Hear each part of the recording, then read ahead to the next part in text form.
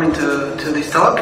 I'm Martin Gallo. I work as a security consultant in core security based on Argentina and Boston. So this talk is about the process that I follow trying to understand how one of the SAP's proprietary protocol works and trying to dissect the traffic. So let's start. This is the agenda for this talk. I will start with a quick introduction on the subject on SAP and the protocol.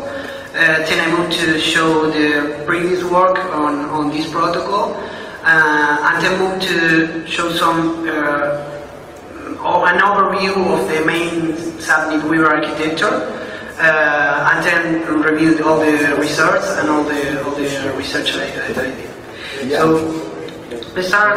For those that don't know what is SAP. SAP is a large business software provider based in Germany. It has a lot of customers, and big enterprises run the most critical process on SAP systems. So it has become a hot topic in security in recent years. You can see a lot of talks at different conferences. But I think that some components are still not well covered. One of the facts is that some proprietary protocols are used at the different layers and at different components, and that doesn't help. So this is the case of the Diag protocol. Diag is sent by Dynamic Information and Action Gateway, and it's a network protocol used in communications between the SAP client, the desktop client you're running in your desktop, and the application layer or the SAP Netweaver application servers. So this is a binary protocol. It runs on TCP ports TD2000 and TD299. One of the main characteristics is that it's not encrypted by default, and it's only compressed. So this helps a lot in trying to understand how the protocol works. So the encryption is optional, and you need to install and configure an additional component, which is called SNMC, Secure Network Connections. It's available for free since last year, I think. But it's not really common in most of the companies. So the previous work starts in 2009, where some proprietary tools were available to dissect the traffic, but well, we don't know if there are previous work on this protocol because nothing were available. In 2009. One paper get published about sniffing the traffic of the protocol using a reflection method, or what the authors call a reflection method, which is basically to get a network trace of a login, and by setting up a root server, serve these packets to a network to a desktop client, a VE client, and connect it to your own root server and looking into process memory, getting the clear text credentials. So this works, but it's not really practical. So in 2010, a blog, David Hurichev, in his blog published what they found, that was that the compression algorithm used by the SAP and the application server is the same that SAP uses for MaxDB software. MaxDB is an open source database software. So the compression algorithm is being disclosed because the code is already available. And this guy also wrote a small tool to decompress the traffic of the protocol. More recently, in 2011, Salesforce published a proxy-like tool to point a proxy between the B client and the application servers, and it handles all the compression and decompression of the packet.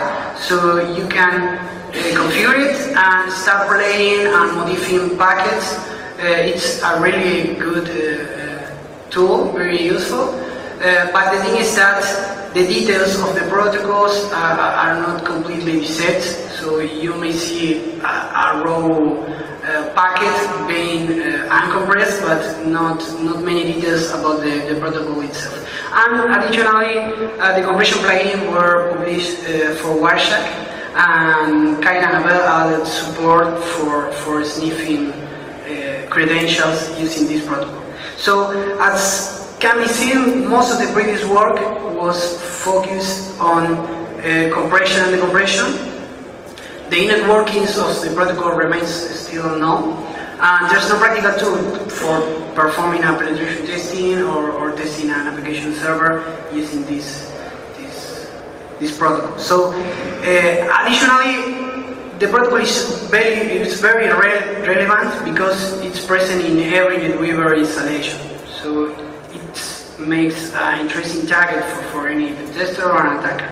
And only 2 out of the around 24,000 security fixes published by SAP affect these components, so the components handling packets of this protocol. So this is really an interesting target for vulnerability research. So the main architecture of SAP Netweaver is based on a 3-tier layer. On the presentation layer, there is the SAP desktop client and a browser in case you are accessing SAP web applications. The database layer is independent, so you can use any commercial product. And the business layer is available in 2 different versions. One based on Java and the other one based on ABAP, which is a proprietary language, programming language developed by SAP. So in this talk we will be focusing on the SAP client and the ABAP part of the Netweaver application server that talks using this protocol. So some components and concepts that I think that are relevant for the talk. Well, first is ABAP. ABAP is some programming language. Is flat programming language. The syntax is very similar to COBOL. It's an unknown language, but it has incorporated some modern concepts like object-oriented programming, exception handling, etc. Another relevant concept are the dispatcher and the work processes. Each application server has one dispatcher, which is a process that listens to the network and distributes all the requests coming from the users to the different work processes. And there is a pool of work processes with different types. Each type handles different tasks, and there are 5: dialog, spool, update, backbone, and log. So we're focusing on the dialog work processes that are the ones that parses all the protocol packets, the Diag protocol packets. So additionally, the dialog processing is a programming method used by all the ABAP programs, and it basically separates all the business programs, the programs that are running in an application server, an SAP application server. It separates the programs into different components: the screens and the dialog steps. The screens are the screens you see in your client when you are accessing with all the control and input boxes, etc. And the dialog steps are all the business logic between one screen and another. For example, if you are running a business transaction in SAP, you enter some data in the first screen. When you click on the enter or accept the transaction, the dialog step runs some business logic, and there's an additional screen, for example, showing the confirmation or rejection of your transaction. So these are relevant concepts because, for example, all the screens goes back and forth from the key to the application server using this protocol. So we will see more on this. So SAP uses different network protocols at different layers and in different components. Some of them are standard, like HTTP, SOAP, SSL for secure communication, etc., and others are proprietary. The first that appears is the Network Interface Protocol, which is a protocol that sits up in the TCP layer, and it handles some error information, and it's being used to perform TCP reassembly of the packets. And up to this protocol, there are different proprietary protocols like RFC, Remote Function Call, that enable you to execute remote functions in another subsystem. The router protocol, which is a protocol used by SAP router, that is an application level gateway used to separate different network segments. And there's the Diag protocol, which is the subset of this talk. So, having seen that, let's start by reviewing the process that I follow, trying to understand how this works. My approach was a kind of black box approach. I decided not to reverse engineer the binaries of any component, either the client or the application server. The binaries are really huge, the code is really complex. If you load one of these files in IDA, the database starts growing and it's really big. So my approach was to enable both system and developer traces at both components, in the GUI, in the user's part, and the application server. And by analyzing the network and the application traces, trying to understand how the protocol works and how the different packets are composed.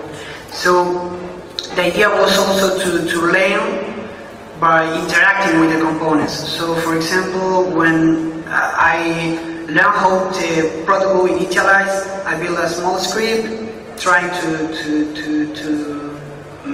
implement that behavior and start moving into further layers of the protocol and different parts. So let's see how a Diag packet looks like. First, there's the Network Interface Protocol, which in this case it's only 4 bytes length field, so it doesn't care so much. And the Diag protocol itself is composed by 4 different parts. First is a DP header, which is an optional header only present during the initialization of a communication. Then there's the Diag header, the compression header, which is also optional if you are using compression or not, and the payload itself, that is composed by different or a variable number of different items. So let's start with the first one, which is the DP header. It's used only during the initialization. So while reviewing the protocol, I found that I identify only 2 different states when the communication is initialized or not initialized, nothing more. So the initialization is started by the key application, by the user. It's only composed by the first packet, and it travels always uncompressed. So this header has a 2,200 bytes length, and it has different semantics. I found that in inter-process communication between the dispatcher and the different word processes, it has a different meaning, and it's being used for synchronization and status of the different protocols. But from the network perspective, most of the fields are filled with default values. There are only 2 relevant fields: the terminal name, which is the host name of the client, and a length field, which is the length of all the remaining packet. So let's look how the Diag header looks like. It's composed by 8 different fields. The most relevant are the first one, which is mode. Yeah. Yeah, no problem. Yeah. Thank you. All this information, I mean, for example, this structure, the headers, is there some documentation? Or No. Those are the results of your investigation? Yeah, those are the results and the things that... Okay, all the protocol is all the documentation is proprietary, it's not available. I think that if you are a partner or you are a kind of NAD, you can get access to the documentation of the protocol, but it's not available to the general public. So this was the main idea to understand how the protocol looks like and get public all the information. So the Diag header is composed by 8 different fields. The first one of the most important, is a mode. It's called mode, and it identifies different sessions that are running using the same communication channel. So, for example, you can have 2 different key windows, and each one running different transactions, and this is the field that identifies each one. And the other relevant field is the compression flag, which denotes if the packets of the payload is compressed or if the encryption is being used using the optional SNC component. So compression is, as I said, is enabled by default. The algorithm uses 2 different variants of the level C-value algorithm. So it's a very standard one. Well, this is the same implementation as the MaxDB open source project, and can be disabled also by setting an environment variable in the Git client. So when the compression is enabled, the header is composed by 4 different fields, and a compressed length, one field that denotes which algorithm is being used, the magic bytes, which are always constants, and a special byte that it differs when between the 2 different algorithms, and denotes if LSH is used, the compression level, and the max number of bits per code if the other algorithm is being used, but it's not really relevant. So these are the headers, and the payload itself, which carries the interesting data, is composed by a variable number of different items. During my test, I found 11 different Diag items that are shown in this slide. Some of them have a fixed length, and others are variable. So most of the important things, all the screen information is carried using APBL and APBL4 items. So these are a different meaning than the other ones. And also each one of the APBL items has their own format. So the APBL items has a kind of small header of 4 or 6 bytes. When the first field denotes the type of the item, if it's an APBL or APBL4 item, then it's a length field and the identificator, an ID and SID. So during my test, I found more than 100 different items, and each one has their own format. So the protocol is really complex, and there are a lot of different items. So I was able to dissect most of them, but there are a lot that are still pending to add to the tools, and I'm trying to understand how the format is. So some highlights or things that I found interesting during my research. Well, first is that there's a specific APBL item that is sent by the client during the initialization and denotes the protocol version. And I found that if you use a specific version number, you can disable all the compression during all the session. So It's interesting and it's useful. For example, if you are writing an exploit or something, because you don't have to compress and decompress all the packets. So just setting that number, you can disable the compression. Additionally, regarding the authentication, the interesting thing is that it is performed as a regular dialogue steps. That means that the authentication, when you enter your user and your password, is handled by the same way that any other business transaction. So that means that from a security point of view, that all the parsing and all the handling of the authentication is performed using high privileges. And well, when the user is authenticated, it sets the user context of the information related to the user on a shared memory between the different word processes. So the last interesting thing I found is that the Diag protocol is used for transfer of all the screen data and all the information, all the input and etc. But the actual actions on both sides, on the key and on the application server, are performed using RFC calls, which are remote functions calls. So there's a specific APPL item that carries RFC calls in both directions. And well, obviously, not obviously, but the server does not accept RFC calls until you are authenticated. But because of there's no mutual authentication in the client between the client and the application server, the client that do runs the RFC calls, and you can use them from the point of an attacker. So this is interesting. So let's review some of the results and the main findings of my work research.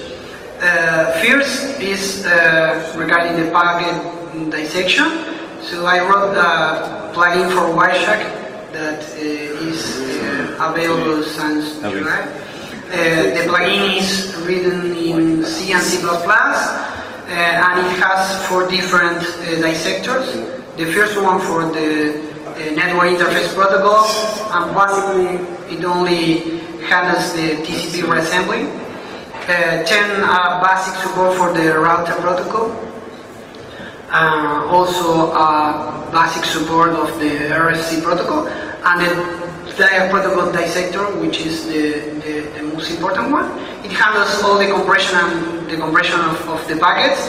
It identifies the different headers, the DP header, the Diag, and the compression header.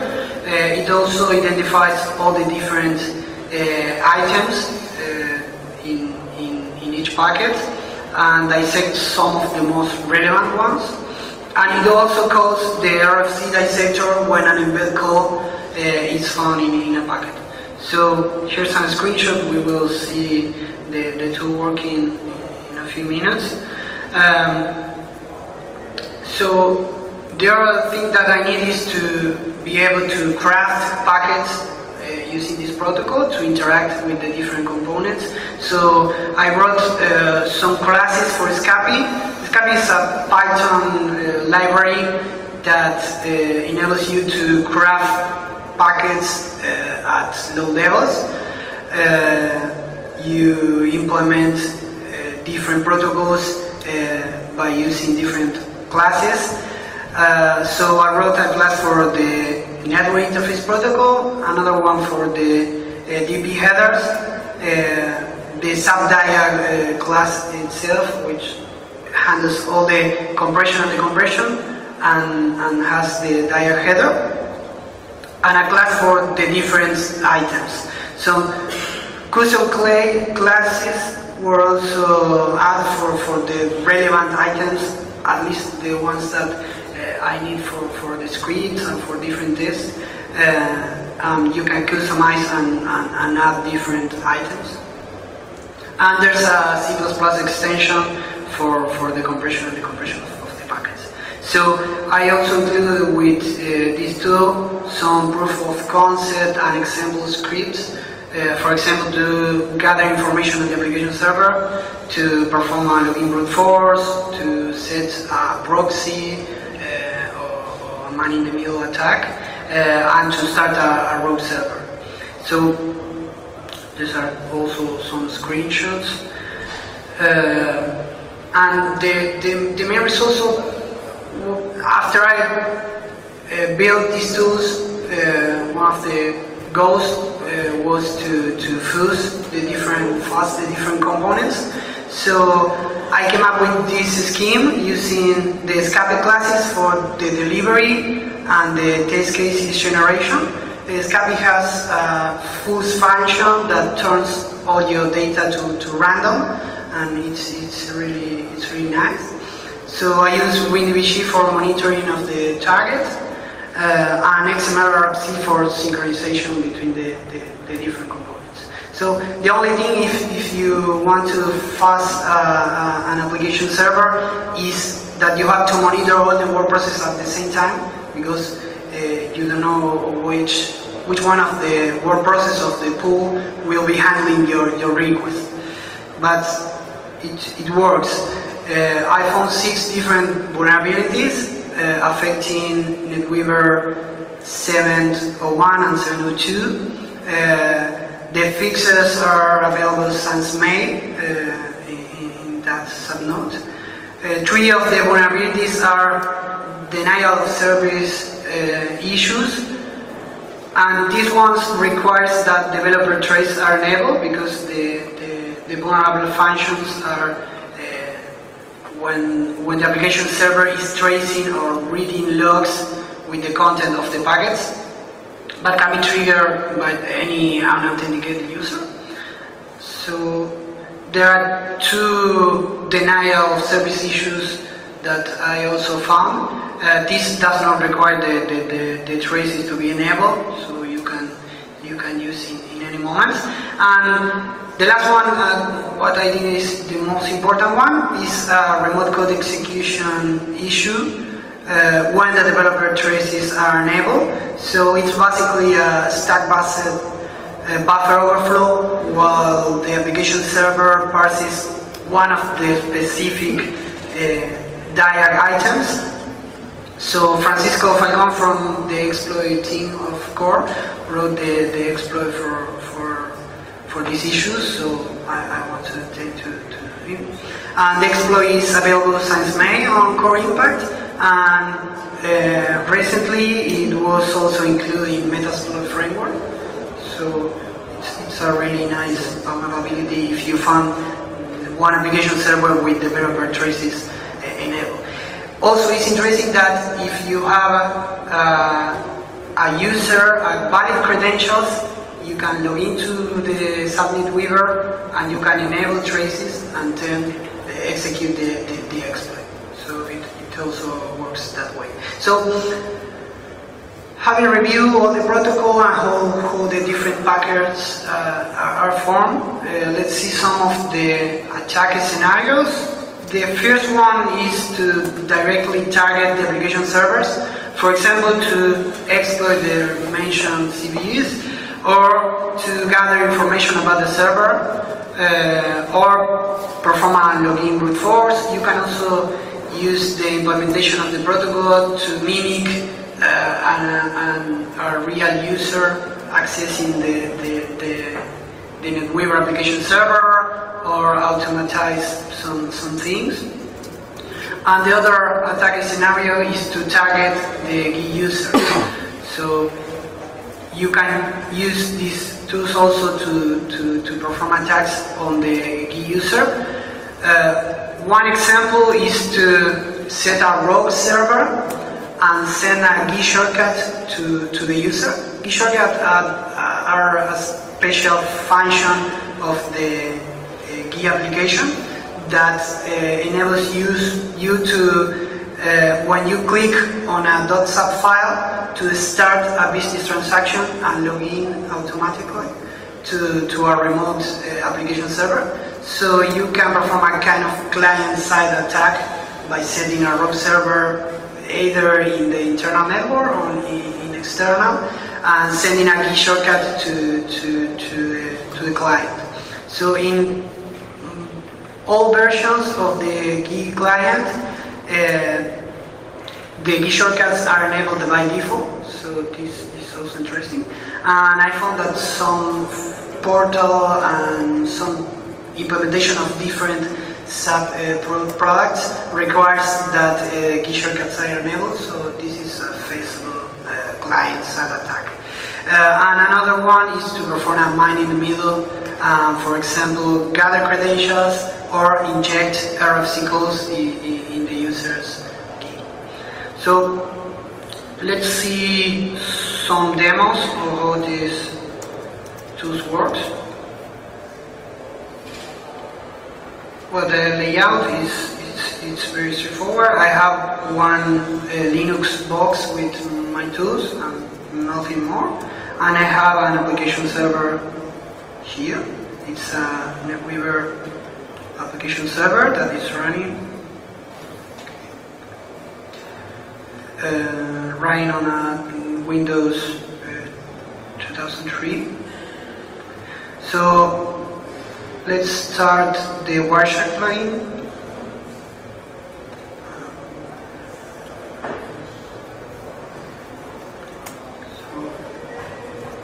I will start listening, sniffing, and setting the filter for the protocol. This is the regular client for Java. This is the Java version. This is the login screen, and you can log in the application server.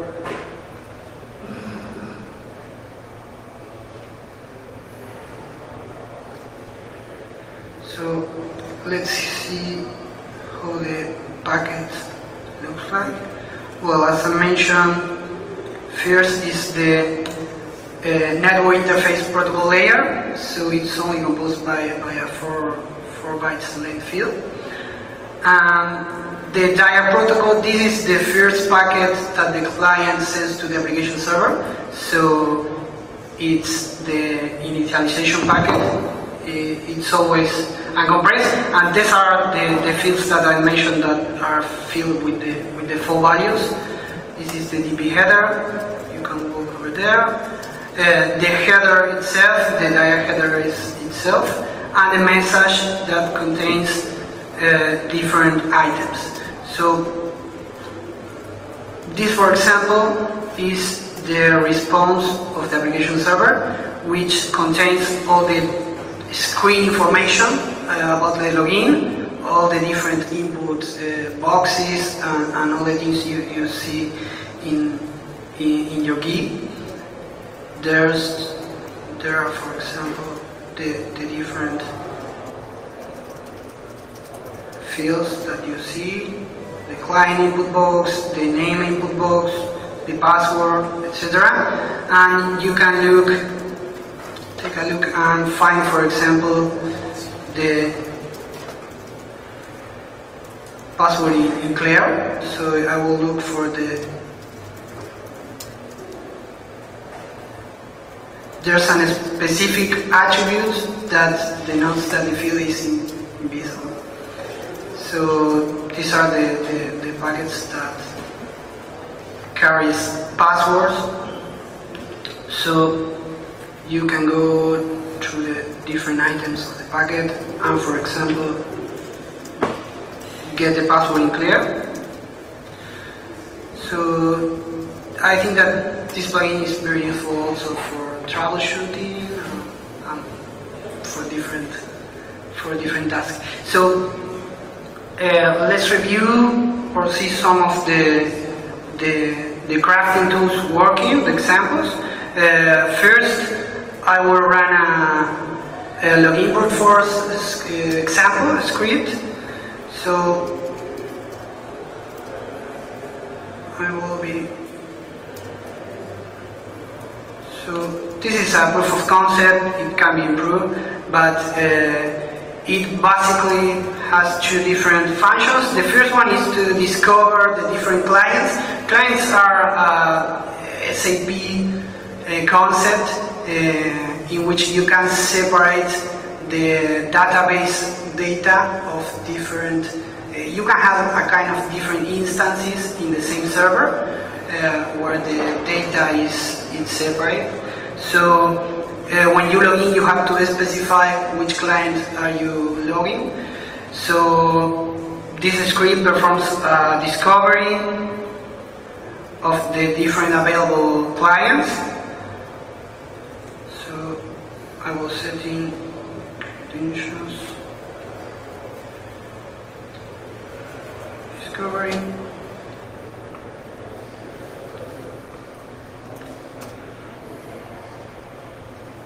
Okay, so the idea is to perform different logins using random usernames and password, and by looking to the server response to identify the different clients that are available.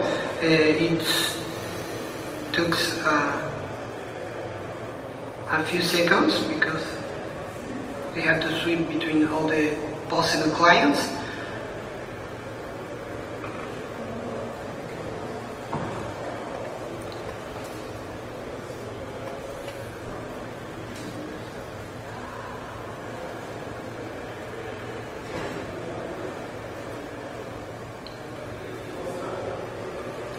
What the script is doing is basically initializing a communication, getting the login script, sending random username and password, and looking at the server response to identify if the client is available or not. It responds with different messages when the client is available or if the password is not correct. So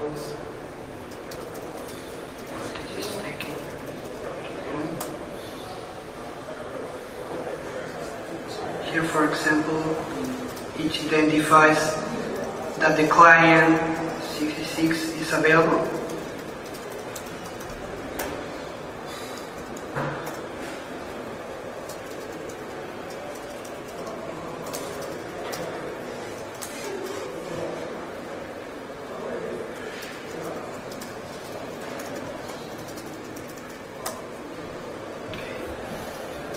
Okay. And then when they found the different clients, they test default users in this case. You can give a dictionary or whatever.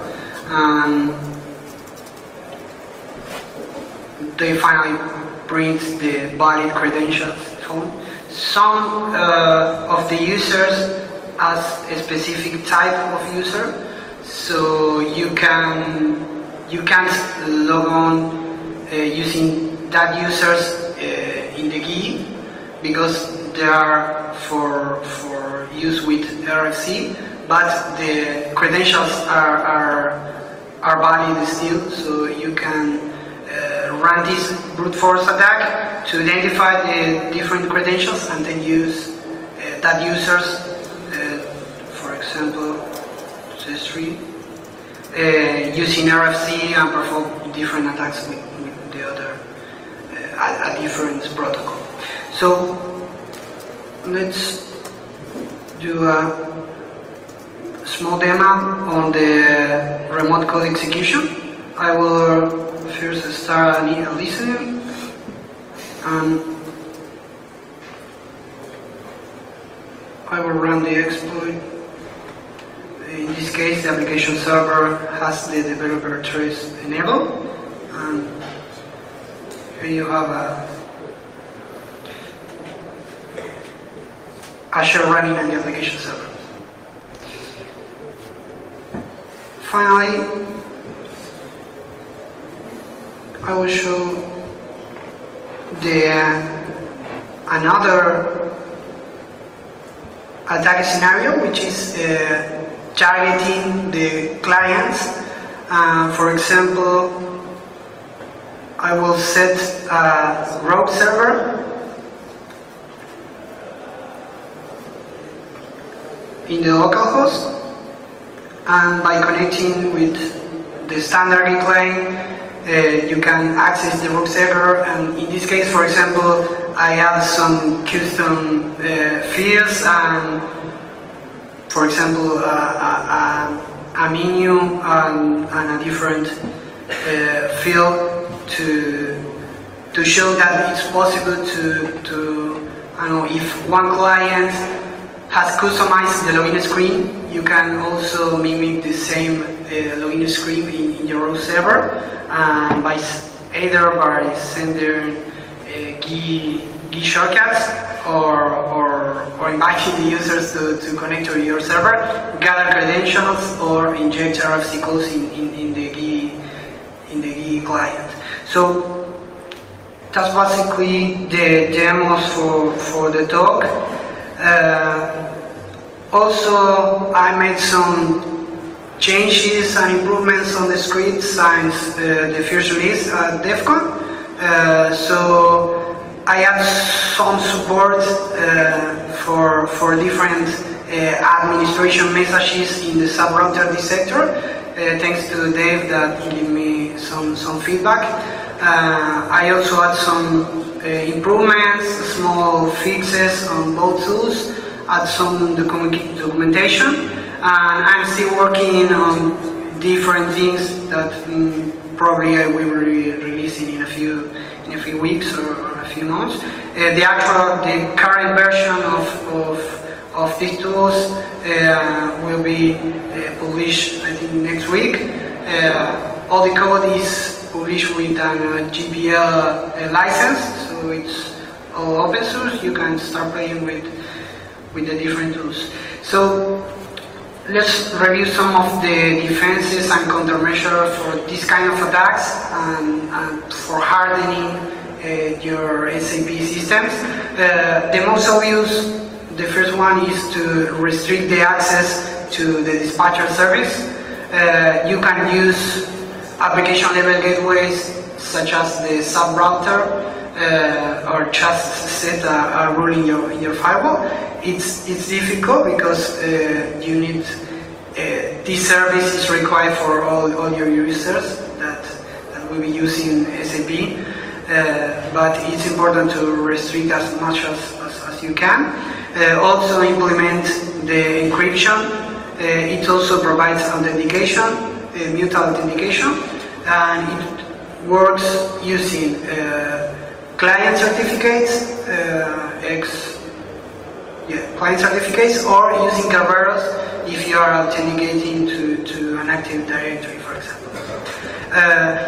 Also, another recommendation is to restrict the use of GUI shortcuts in all your clients. In the recent versions, it's disabled by default, but it's also recommended to see what is the current setting in your clients. Another recommendation will be using the web version of the GUI client instead of the FAT client that can work on HTTPS. So these kind of problems doesn't appear. Obviously, patch regularly all your systems. Patch specifically the CVS affecting the Diag. In the advisory, there are also additional mitigations and countermeasures for things about the developer traces, and well, obviously test regularly all your systems. So the conclusion of my research was that the protocol details are now available to the security community. There are also practical tools for both dissecting and crafting the messages. There are new vectors for testing an SAP environment. Also, some defense and countermeasures were discussed. So the tools has a lot of room for improvement. So there are a lot of different items that were no fused still, and it could be possible to find different vulnerabilities.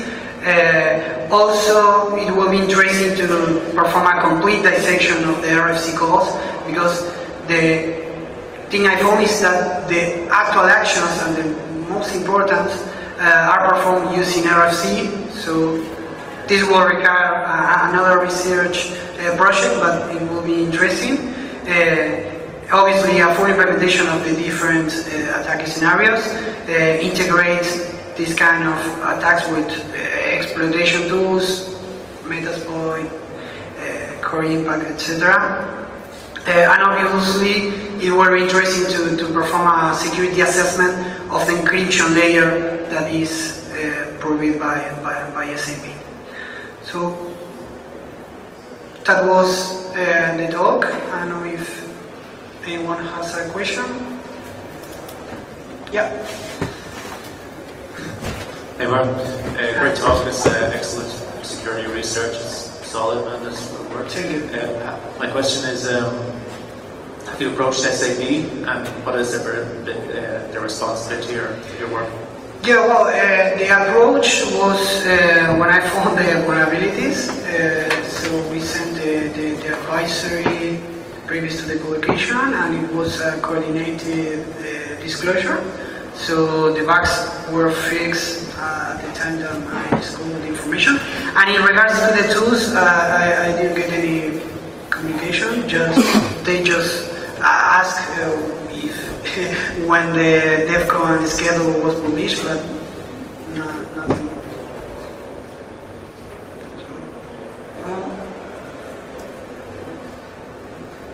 Okay. Okay. Well, thank you.